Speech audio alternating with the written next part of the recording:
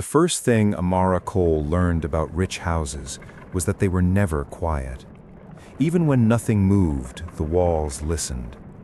She knelt on the cold marble floor of the Seoul hillside mansion, scrubbing in small, careful circles, the sharp scent of lemon cleaner clinging to her fingers. At 24, her body should have been soft with ease, but it wasn't. Her movements were precise, economical, learned early and learned the hard way. Amara had the kind of beauty that went unnoticed on purpose. Dark skin, expressive eyes she kept lowered, long legs hidden beneath a plain uniform. Her hair was pulled into a tight bun. She redid it every morning without fail. No loose strands, no invitations. Being seen had never ended well for her. She had arrived in Korea 3 years ago on a domestic worker visa she barely understood, sponsored by an agency that promised safety and opportunity. What it didn't promise, what it couldn't, was dignity. Still, this house was better than most, and she survived by staying invisible. Rule 1, don't ask questions. Rule 2, don't listen when men whisper. Rule 3, if something feels wrong, it probably is. The owner of the house, Kang Dae-hyun, rarely spoke to her. That was fine. At 33, he was far younger than the reputation that followed him. He carried power like an old scar, quiet, tight, always aching. Expensive suits, controlled posture, a face carved by restraint rather than age.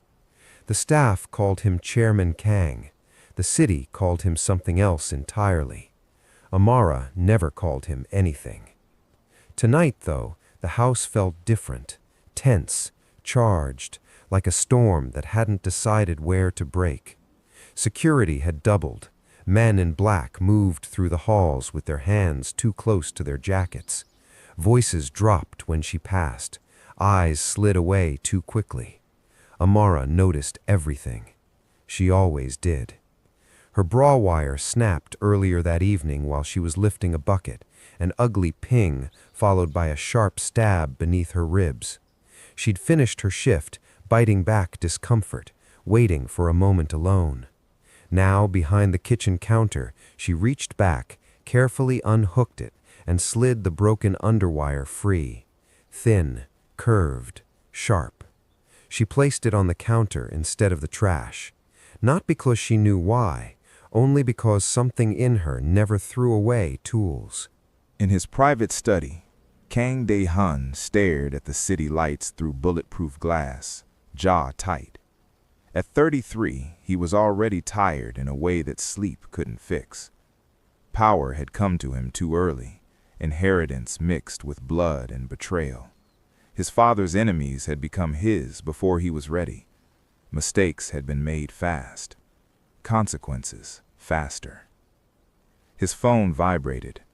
One word lit the screen. Tonight. Kang exhaled slowly. So it was time. He loosened his cuffs, rolled his shoulders once, and felt the familiar calm of inevitability settle over him. He had prepared for this day since he was 26. Still, preparation didn't stop the regret. The first gunshot shattered the house like glass breaking underwater. Then another. Then screams. Amara's head snapped up. This wasn't confusion. This wasn't imagination. Gunfire. Men shouted. Alarms shrieked. Glass exploded inward. Heavy boots thundered through hallways that had been silent moments before.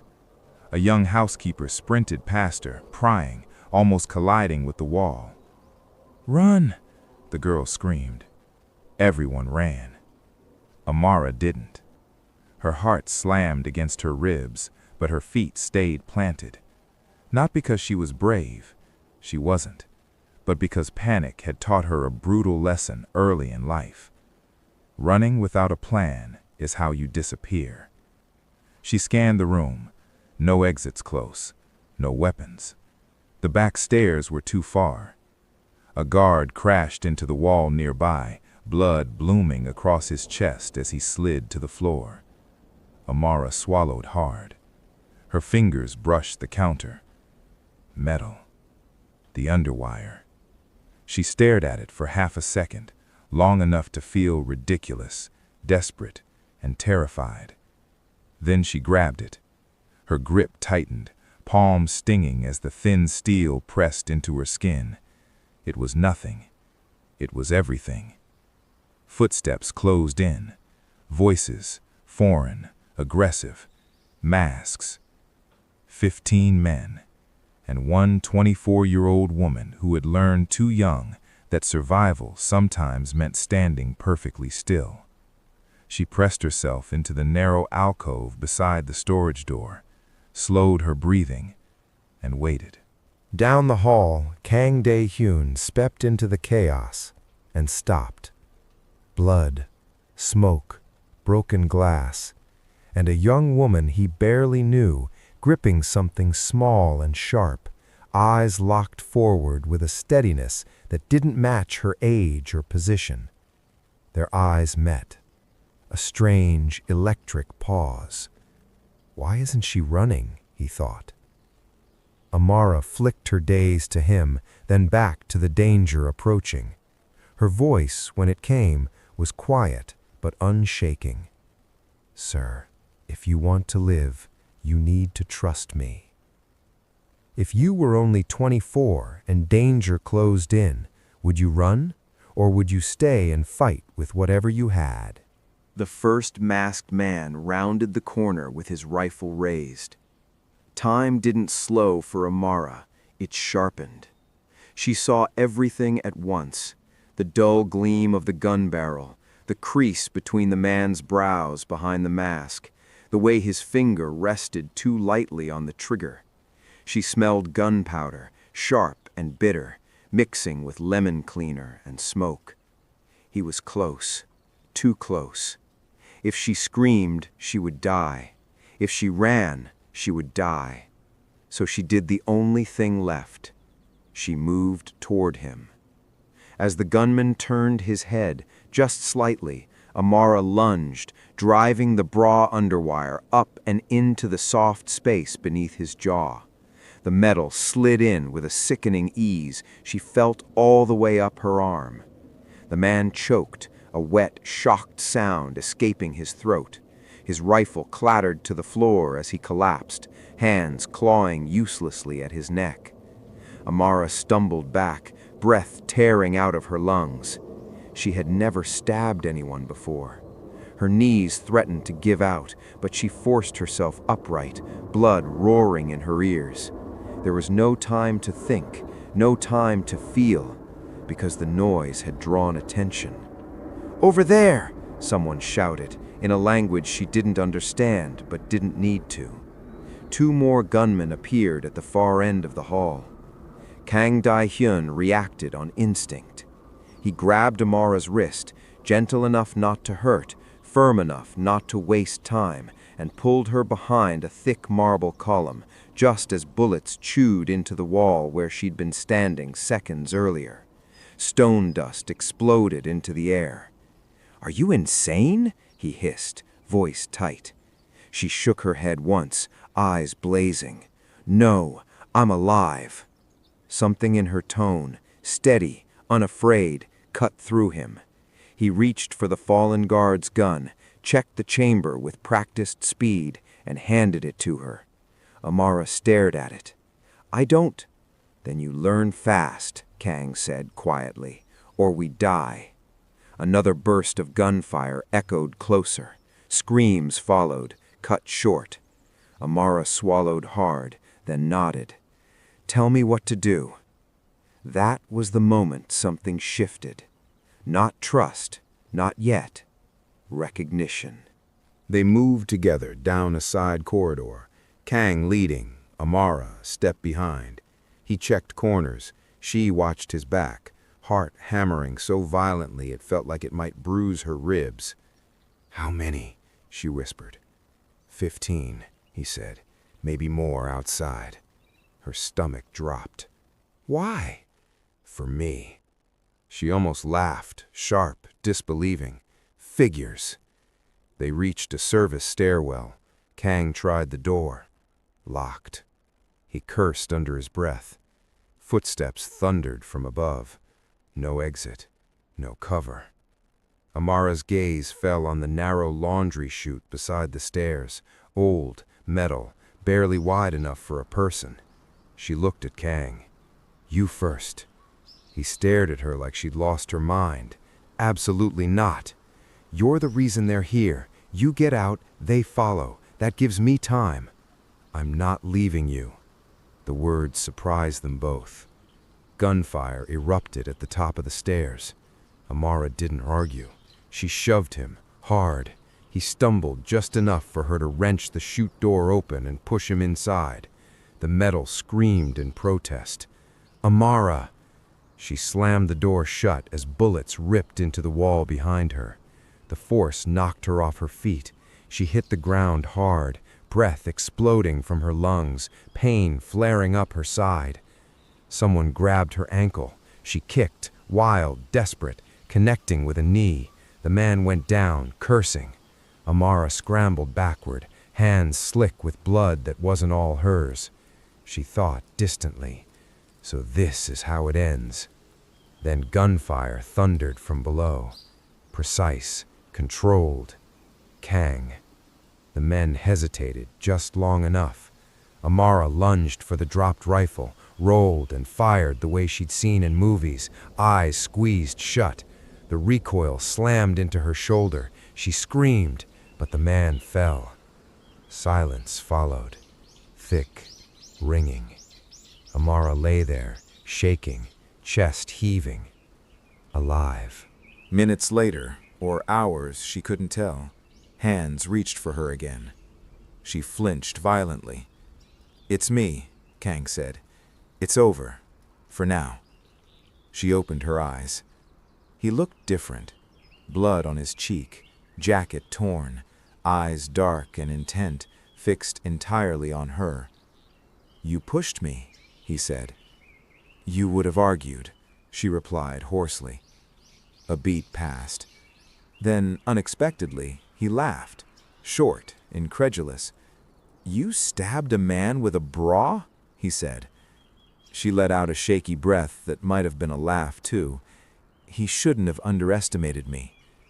Kang studied her, something unreadable flickering across his face. "You saved my life," he said. Amara pushed herself upright, ignoring the pain. "Don't make it something it's not. I was saving mine." But they both knew that wasn't entirely true. Sirens wailed in the distance. The surviving attackers had fled. The house, once pristine, was ruined. So were they. Kang offered her his hand. She hesitated, then took it. The contact lingered a second too long. Something electric passed between them. Not romance, not yet. Fate. As dawn crept through shattered windows, Kang watched Amara sit on the steps, arms wrapped around herself, staring at the floor like she was afraid it might vanish. He realized something then. This wasn't a girl who had wandered into danger. This was someone danger had been circling her whole life. And tonight, she had finally turned to face it. Mourning didn't heal anything. It only exposed the damage. Sunlight poured through the shattered windows of the mansion, illuminating broken glass, overturned furniture, and dark stains the cleanup crew tried not to stare at. The house smelled like antiseptic and smoke, like something trying and failing to pretend it was clean again. Amara sat on a low bench near the back entrance, a thermal blanket draped around her shoulders. A medic had already checked her twice. No bullet wounds, just bruises blooming along her ribs and shoulder, and a thin cut on her palm where the underwire had bitten into her skin. "You're lucky," the medic said gently. "Very lucky." Amara nodded because that was easier than explaining that luck had nothing to do with it. Across the courtyard, Kang Dae-hyun stood surrounded by men in suits. New ones, fresh and alert, replacing the ones who wouldn't be going home. His voice was calm, controlled, issuing instructions like nothing inside him had cracked open the night before. He didn't look at her. That was deliberate. Because every time he did, something tightened in his chest. She was too young to have eyes like that. Eyes that had already seen endings and learned how not to beg. And she was dangerous in a way his world didn't understand. "Miss Cole?" a woman in a gray suit said, approaching Amara with a clipboard. "We'll need a statement." Amara's fingers curled into the blanket. "Do I have to?" "Yes." She nodded again. Always nodding. Always cooperating. That had kept her safe. Mostly. As she spoke, her voice stayed even. She described sounds, movements, shadows. She did not describe fear. She did not describe the moment the underwire slid into flesh, or how the man's eyes had widened in disbelief. Some things stayed locked inside. When it was over, she stood, handed back the blanket, and bowed politely. "I'd like to go to my room, if that's allowed." The woman hesitated, glanced toward Kang. He gave a barely perceptible nod. "Of course," she said. Amara walked away without looking back. Kang watched her go. He told himself it was practical. She was a witness, a liability, someone who needed monitoring. That was the excuse. The truth was harder. She unsettled him. Everyone else in his world wanted something from him. Power, money, protection. Even fear was a kind of currency. Amara had wanted none of it. She had stood between him and death, armed with nothing but instinct and a piece of broken metal. And now she was doing what he should have expected. She was retreating. Amara packed her bag with shaking hands. She didn't own much, a few changes of clothes, a worn notebook, her passport tucked deep into the lining like something precious and fragile. She had already made her decision. She would leave. Not tomorrow, not after things settled. Today. She had seen what happened to people who got too close to men like Kang Dae-hyun. She had seen the cost of being remembered. She wouldn't become a story whispered by staff, or a regret he carried briefly and then forgot. She zicked the bag closed just as a knock sounded. Sharp, controlled. She froze. Another knock. She exhaled slowly and opened the door. Kang stood there, alone. No guards, no suit jacket. His white shirt was wrinkled, a faint bruise darkening his jaw. "You're leaving," he said. It wasn't a question. "Yes." "When?" "Now." He nodded once, absorbing it. "You can't." Her spine stiffened. "Watch me." "This city won't be safe for you," he said. "Not yet." "You mean your city, your war." Silence stretched between them. Then, softer, he said, "They'll look for loose ends." "I'm not one," she replied. "You stabbed one of their men," Kang said quietly. "That makes you memorable." Her jaw tightened. "Then maybe you should have let me die." The words hung heavy. Kang flinched, not outwardly, but enough that she saw it. "That's not what I meant," he said, "and you know it." Amara crossed her arms, creating distance. "What do you want from me?" He didn't answer immediately. That was the problem. He didn't know. "He wants you safe," he said finally. She laughed once, short, humorless. "That's not your responsibility." "Everything that happens because of me is," he said. "That's your arrogance talking. And this," he countered, gesturing between them, "is you pretending last night didn't matter." Her eyes flashed.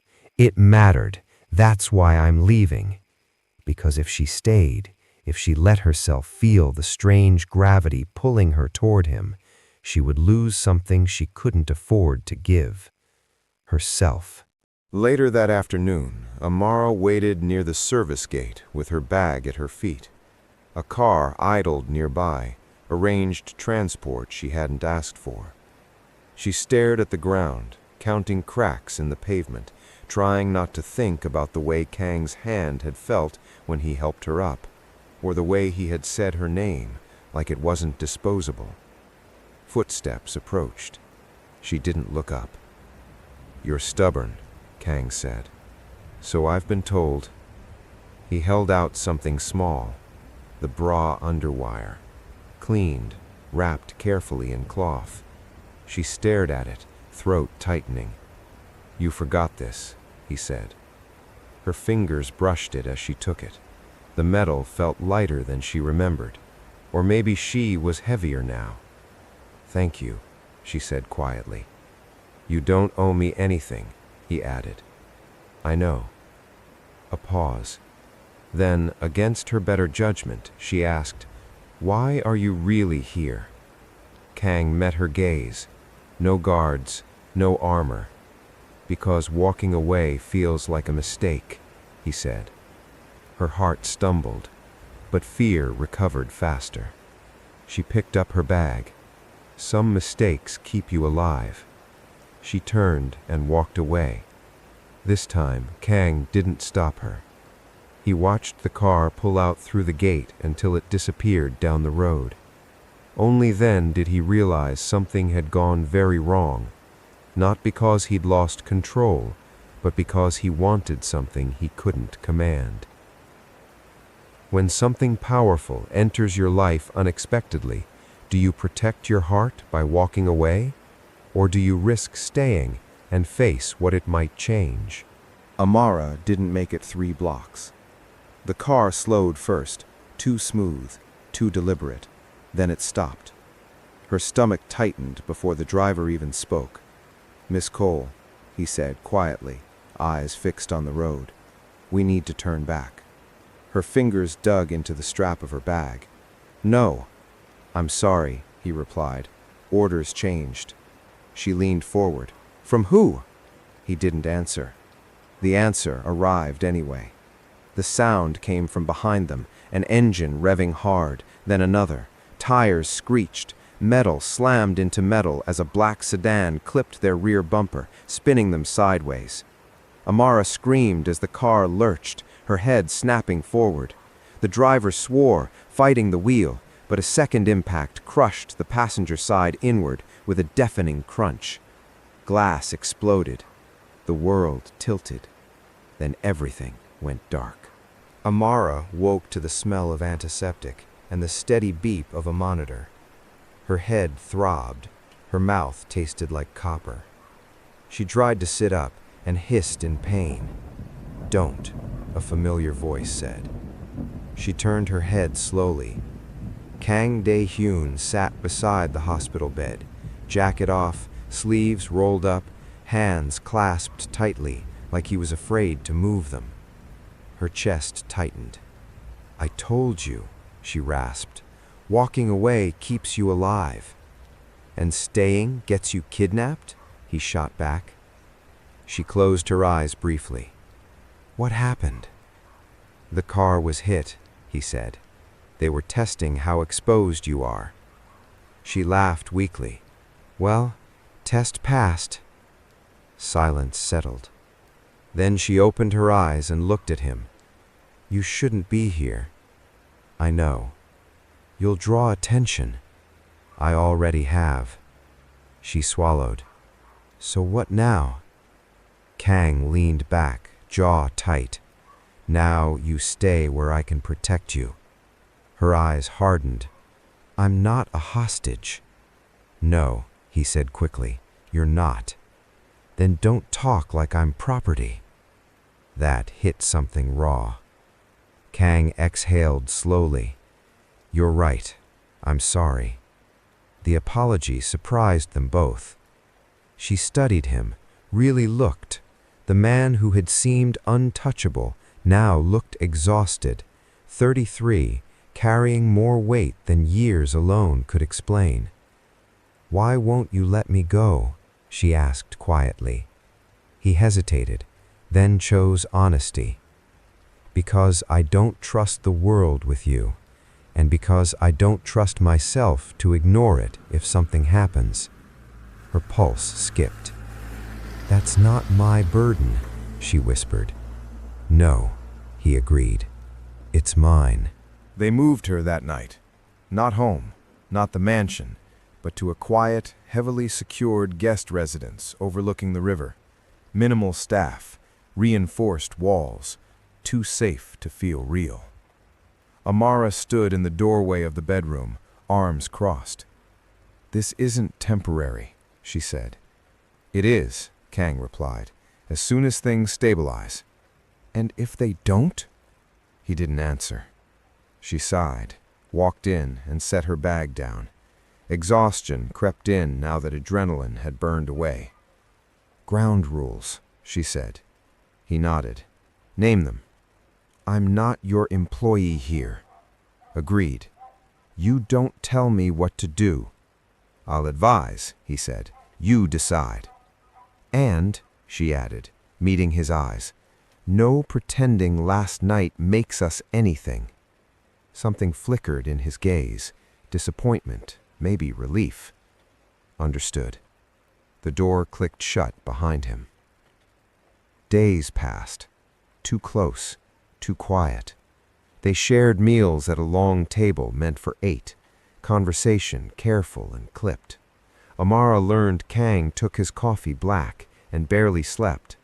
Kang learned Amara hummed softly when she thought she was alone and read worn paperbacks like they were lifelines. They avoided the obvious, until they couldn't. One evening the power cut out. Emergency lights flickered on, casting the room in dim gold. Amara froze. Her breath shortened, her fingers curled tight against her thighs. Kang noticed instantly. "Hey," he said softly, "it's just a blackout."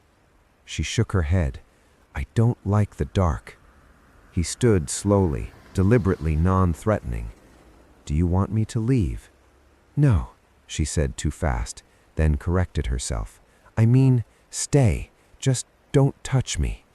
He stopped a careful distance away. They stood there in silence, the city's glow faint through the windows. After a long moment, she spoke. "When I was 16, the power went out in the place I worked. Men thought that meant rules were gone." Kang's hands clenched at his sides. "I fought," she continued, "but I learned something that night. Darkness gives people permission." He swallowed. "I'm sorry." She nodded, eyes fixed ahead. "So am I." Minutes passed. The lights came back on. Neither of them moved. Something had shifted. Later, as Amara washed dishes she didn't need to wash, Kang leaned against the counter. "You don't owe me strength," he said quietly. "You don't owe me anything." She glanced at him. "Then why does it feel like if I fall apart, you'll blame yourself?" "Because I will," he said honestly. She scoffed. "That's not protection. That's control." He flinched. "I'm trying to learn the difference." She studied him for a long moment. Then, unexpectedly, she smiled, just a little. "That," she said, "might be the first honest thing you've said to me." His lips curved despite himself. Forced proximity didn't soften them. It sharpened everything. The rain started just after midnight. Not heavy, just steady enough to turn the city into a blur of reflected light.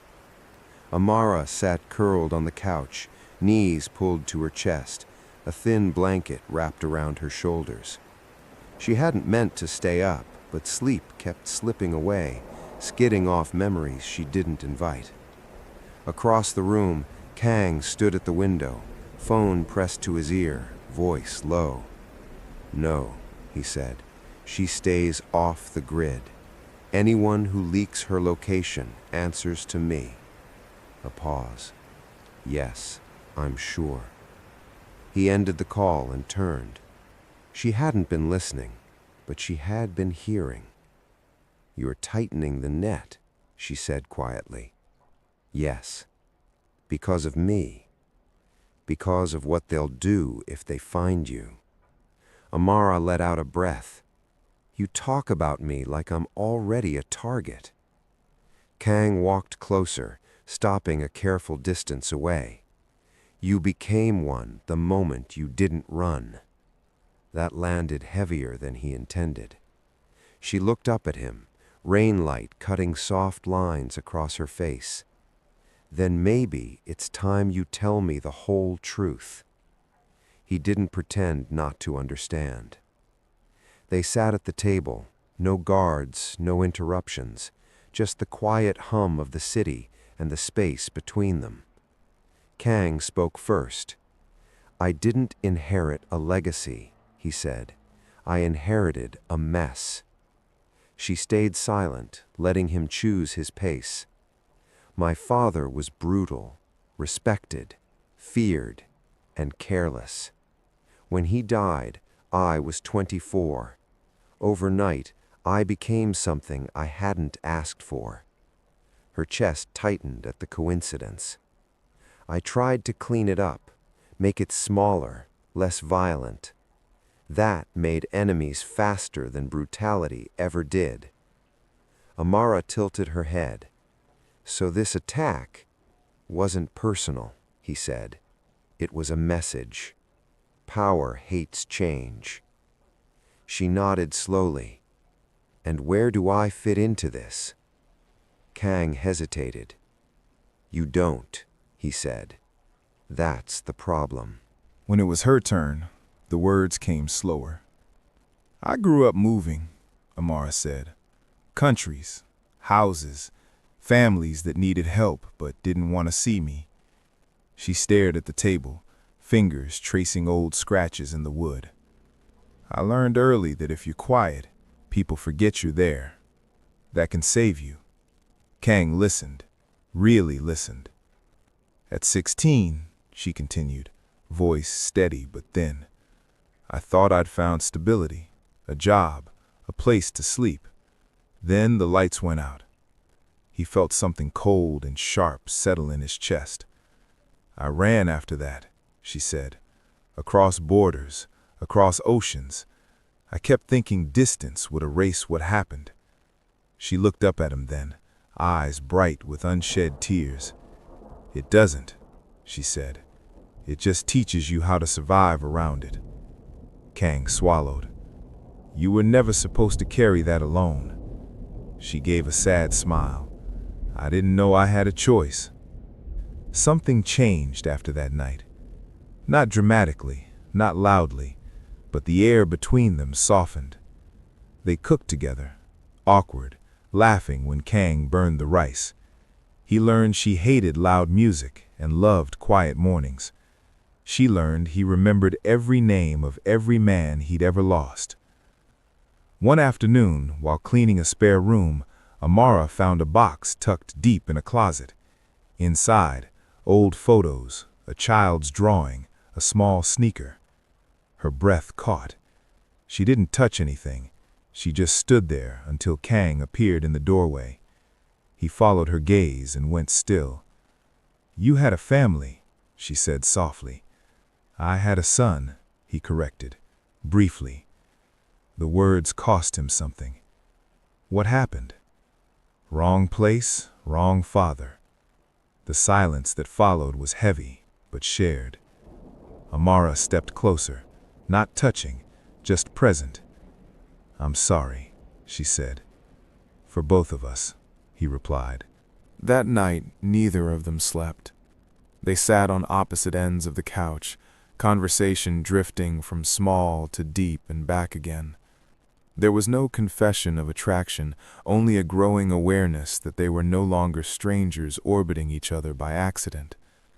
At one point, Amara laughed, really laughed, at something he said, and Kang froze like the sound had startled him. What? she asked. He shook his head. I forgot what that sounded like. Her smile faded into something gentler. You're not broken, she said. He looked at her like he wanted to believe that. Much later, as the rain eased, Amara stood by the window. You know, she said quietly, if I stay, it won't be because you kept me safe. Kang joined her, careful again with distance. Then why? Because you saw me, she said, and didn't look away. His voice was barely audible. I don't know how to be careful with that. She met his gaze. Neither do I. For the first time since the night of the attack, the danger didn't feel like it was only outside. It was here, in the space between them, and neither of them wanted to retreat. The morning came quietly. No sirens, no urgent phone calls, just pale sunlight slipping through the curtains and settling gently across the living room floor. Amara woke on the couch, blanket half slid to the ground, her neck stiff. For a moment she panicked, disoriented, heart racing, until she remembered where she was. Safe, for now. She sat up and noticed a mug on the table beside her, still warm. Coffee, black, 1 sugar. She smiled despite herself. In the kitchen, Kang stood barefoot, sleeves rolled up, brow furrowed in concentration as he fought with a stubborn toaster. It popped suddenly. He flinched. Amara laughed. The sound surprised them both. He turned, startled, and then relaxed when he saw her smiling. Don't tell anyone, he said. I'm supposed to be intimidating. She leaned against the doorway. You just lost that reputation to a toaster. He sighed. I knew it would betray me eventually. They ate in companionable quiet, something easy settling between them, not the tense silence of before, but the kind that didn't demand filling. After breakfast, Kang surprised her again. I'm taking you out, he said. Her shoulders stiffened instantly. Out where? Nowhere dangerous, he added quickly. A market, daylight, people. I'll keep my distance. She studied his face, searching for control, for an order hidden inside the offer. There wasn't one. Okay, she said finally, but if I say we leave, we leave. Immediately, he agreed. The market buzzed with ordinary life. Vendors shouted prices, children ran between stalls. The air smelled of spices, oil, and sugar. Amara breathed deeper than she had in days. She walked slowly, touching fabrics, inspecting fruit, grounding herself in color and texture. Kang followed a step behind, not hovering, not distant, present. At one stall she stopped abruptly. Bras hung in neat rows. She stared, then laughed softly. What? Kang asked. She shook her head. Nothing, just irony. He caught on a second later and groaned. Please don't tell me this is how my legend ends. She smiled at him, open, unguarded. Relax, you're safe, for now. They ate in companionable quiet, something easy settling between them, not the tense silence of before, but the kind that didn't demand filling. For a while the world felt normal. Danger shrank to a background hum. That night they watched an old movie neither of them really paid attention to. Amara sat cross-legged on the floor. Kang leaned back on the couch. At some point she shifted closer without realizing it. At some point he offered her the blanket without comment. Their shoulders touched. Nothing more. Everything more. Later, the power flickered again, just for a second. Amara tensed. Before fear could bloom, Kang spoke calmly. It's okay. Backup generators are on. She nodded, breathing through it. After a moment, she said quietly, You didn't ask why I stayed. He glanced down at her. I didn't want to scare it away. She smiled faintly. I stayed because, for the first time, someone didn't treat my survival like a problem to be solved. He absorbed that. And you, she asked, why did you let me stay? Kang considered, then answered honestly, because you make this place feel less like a bunker and more like a home. Her throat tightened. She looked away first. They didn't talk about the future. They talked about small things instead. Her favorite food, mangoes, his least favorite sound, sirens, the book that made her cry, the song he never skipped. Each detail stitched something fragile and precious between them. Late into the night, Amara stood on the balcony, watching the river catch moonlight. Kang joined her, leaning against the railing. "Do you ever get tired of being strong?" he asked. She didn't pretend. "Every day." He nodded. "Me too." She looked at him then, really looked. "You don't always have to be the one standing," she said. "And you don't always have to be the one fighting," he replied. The moment hovered, charged, tender. He reached out, stopped himself. She noticed, and instead, she closed the distance herself. Not a kiss, just her head resting briefly against his shoulder. He exhaled like he'd been holding his breath for years. They stayed that way until the night cooled. For the first time since the attack, Amara slept deeply. For the first time and longer than that, Kang dreamed of something other than loss. It felt like healing, which is why neither of them saw the fracture coming. The warning came too late. Amara felt it before she saw it. The subtle shift in the air, the way guards stiffened, the way Kang's phone stopped buzzing and went eerily silent. Silence was never good.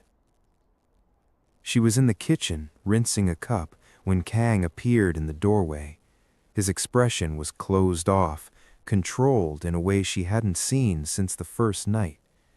Her stomach dropped. "What happened?" she asked. He didn't answer immediately. That was answer enough.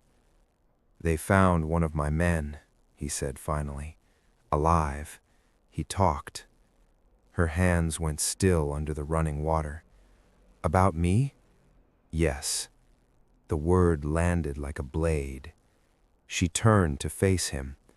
"What did he say?" "That you were moved," Kang replied. "That you're here." Amara shut off the tap. Her pulse thundered in her ears. "So this place isn't safe anymore?" "No," he admitted. "Not for you." Something inside her hardened instantly, the old instinct snapping back into place. "Then I leave," she said. Kang stepped forward. "No." Her eyes flashed. "You don't get to decide that. If you leave now, they'll kill you. They'll use you to get to me. And if I stay, I become leverage." Silence stretched tight between them. Kang dragged a hand through his hair. "I'm arranging transport, somewhere remote, international." Her breath caught. "You're sending me away. I'm protecting you." "That's not protection," she said, voice shaking. "That's exile." He looked at her then, really looked, and the truth slipped out before he could stop it. "I can't lose you." The words stunned them both. Amara's chest tightened painfully. "So this is about you," she said quietly, "not me." "That's not... You don't trust me to choose. You never did." Kang's jaw clenched. "I trust you with my life, but not with your fear." That struck deep. "You think I don't see it? Every time things get dangerous, you decide for me. You put me somewhere safe and call it love." He flinched at the word. "This isn't love," he said harshly. "This is survival." Her eyes filled despite her effort to stop it. "Then why does it hurt like betrayal?" The argument escalated fast, too fast. Words sharpened, voices rose. Kang said things he didn't mean. Amara heard things she couldn't forget. "You don't understand my world," he snapped. "And you don't understand mine," she fired back. "I survived without you long before this. That doesn't mean you should have to again." "That's exactly what it means," she said, "because depending on you is dangerous." The room felt smaller, hotter. "You think I'm controlling you," Kang said bitterly, "but you're the one running." Her voice broke. "Running kept me alive, and staying will get you killed. Or it might mean trusting someone for once," she said, "but you don't want that. You want obedience." The words sliced clean. Kang went very still. "If you stay," he said coldly, "you do it my way." There it was, the final fracture. Amara stared at him, heart cracking open. "Then I won't stay," she said. She turned away before he could stop her, before she could change her mind. She packed fast, not because she wasn't hurting, but because she was. Her hands shook as she shoved clothes into her bag. The room felt wrong now, too quiet, too empty. Kang stood in the doorway, silent. This time he didn't argue, didn't apologize, didn't stop her. That hurt most of all. At the door she paused. "I meant it," she said without turning. "What we had mattered to me." His voice was rough. "It mattered to me too." "Then why does it feel like I was never safe choosing you?" He didn't answer. She nodded once, acceptance, not forgiveness, and walked out.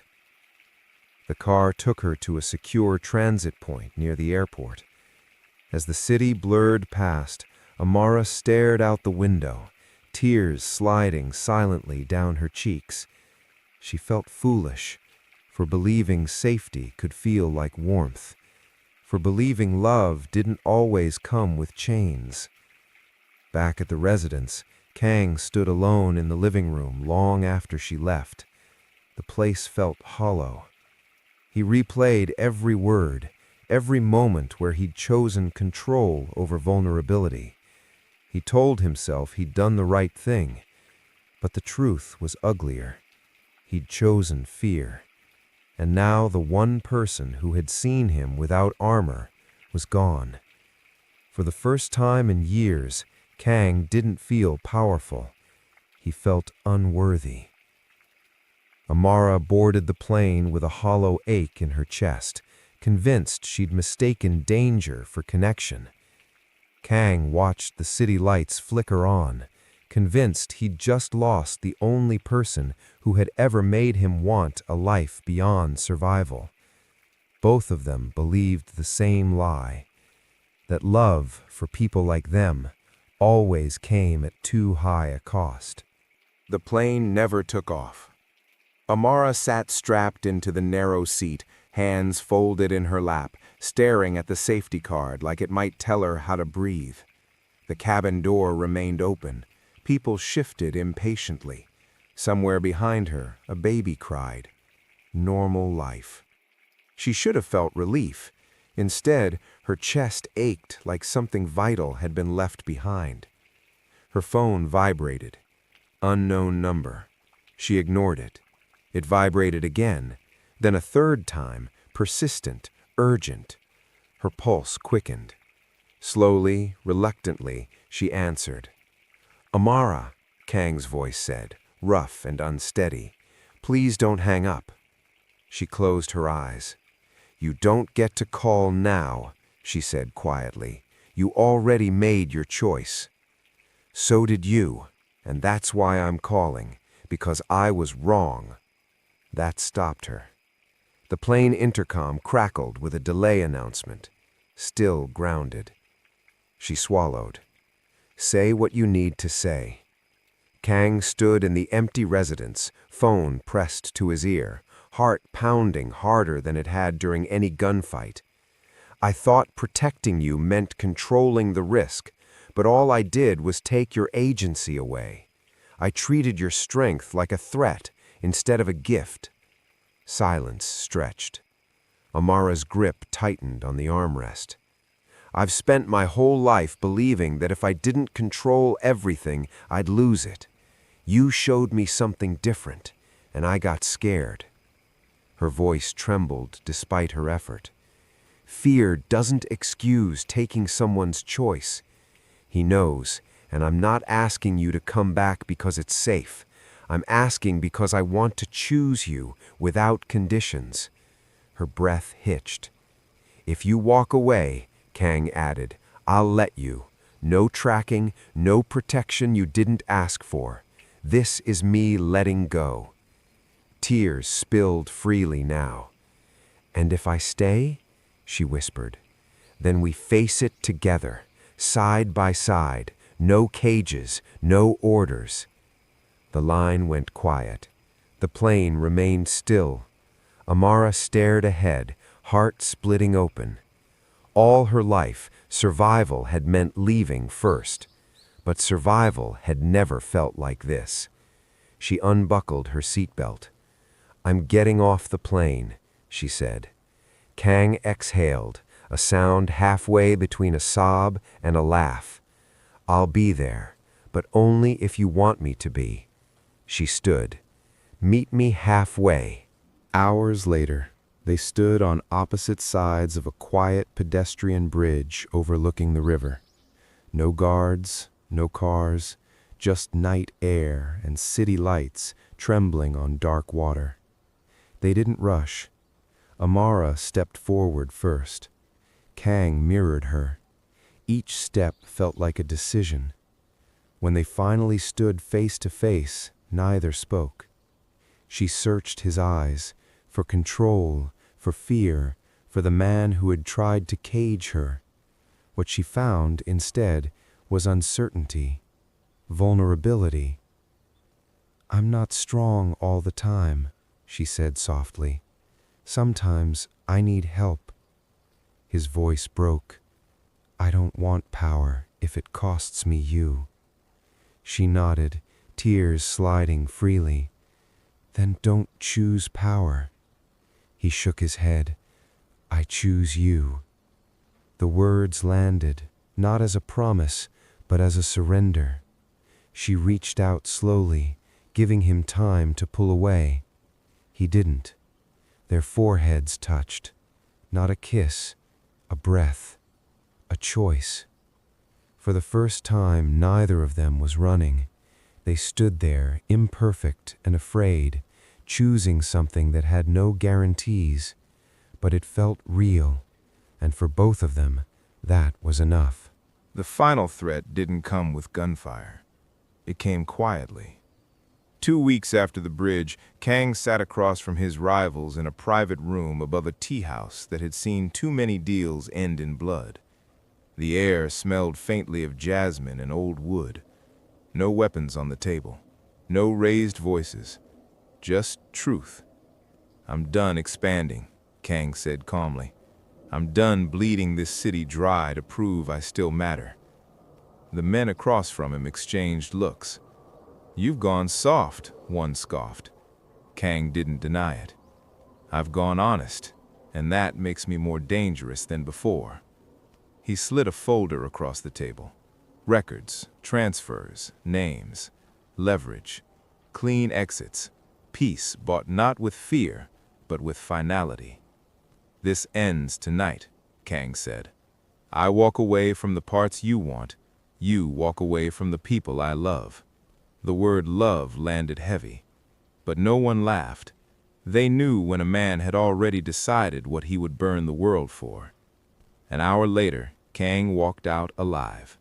For the first time, free. Amara waited on the riverwalk, arms wrapped around herself, watching lights ripple across the water. She wasn't hiding anymore. No guards shadowed her, no car waited idling nearby. Just choice. When Kang approached, she turned slowly. He looked different, lighter, "It's over," he said. She searched his face. "Really?" He nodded. I stepped away, from all of it. Her breath caught. "For me?" "For myself," he said. "And because loving you made me realize survival isn't enough." Tears welled in her eyes. She laughed softly through them. "You know, I spent most of my life thinking love was something you survived after." He stepped closer. "What do you think now?" She reached for his hand, open, unafraid. He squeezed her fingers, reverent. Months passed, not magically, not easily, but honestly. Amara went back to school, something she'd always postponed, always thought she didn't deserve. Kang sat beside her at orientation, not for protection, but for support. They argued sometimes. They triggered each other. Old fears resurfaced. But now, no one ran. When darkness crept in, they turned toward each other instead of away. One evening, as they cooked dinner in a modest apartment overlooking the city, the power flickered. Amara froze, just for a second. Then Kang reached out, not grabbing, not shielding, just there. "I'm here," he said. She breathed through it. "I know," she replied. The bra Underwire sat framed on a small shelf in the living room, a ridiculous relic, a symbol. Visitors sometimes asked about it. Amara would smile and say, "That's the day I stopped being invisible." Kang would add, "That's the day I learned strength doesn't always look like a weapon." On a quiet Sunday morning, Kang stood in the doorway watching Amara water plants on the balcony, sunlight catching in her hair. She noticed his gaze and raised an eyebrow. "What?" He shrugged. "Just thinking about how everyone ran." She laughed. "Including you." He smiled. "Except you." She set the watering can down and walked to him, resting her forehead against his chest. "Promise me something. Anything.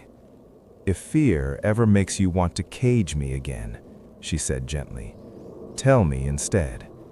He nodded, voice thick. "And if pain ever makes you want to disappear, stay." She smiled. "Deal." They kissed then, not desperate, not urgent, certain. That night, Amara lay awake listening to the city hum. Kang slept beside her, breathing steadily. She thought about the girl she'd been, the one who learned too young that running was safer than staying. She wished she could tell her one thing. One day, you won't have to choose between safety and love. She turned, pressing closer to the man who had met her halfway. And for the first time, she didn't feel like she was surviving. She felt like she had arrived. Do you believe love is something you find or something you choose again and again, even when it's terrifying? Share your thoughts in the comments. Some stories end with dramatic confessions or grand gestures that change everything in an instant.